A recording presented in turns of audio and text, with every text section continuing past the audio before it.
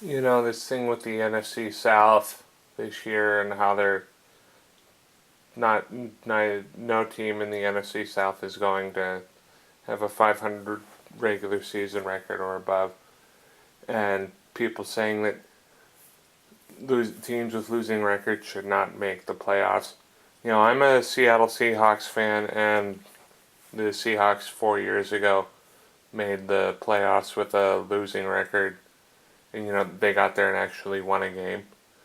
I say that as long as the team that wins their respective division is 6-10 or above, then they should be allowed in the playoffs, because if that 6-10 team that made the playoffs actually got hot in the playoffs and ended up winning the Super Bowl, then they'd have a 500 record for the season.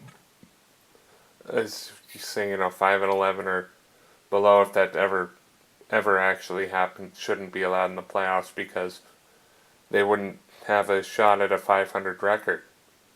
And it's like, and people say losing teams, fans of respective teams say that losing teams shouldn't be allowed in the playoffs, but, it's like, you ask them if they got to the playoffs and actually won a game like the Seahawks against the Saints a few years ago, they'd probably take that. Because I think they prefer to watch their team play in the playoffs.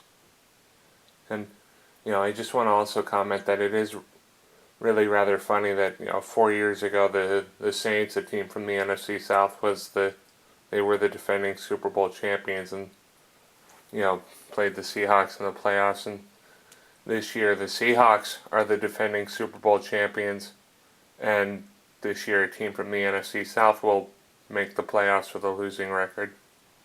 Funny, huh?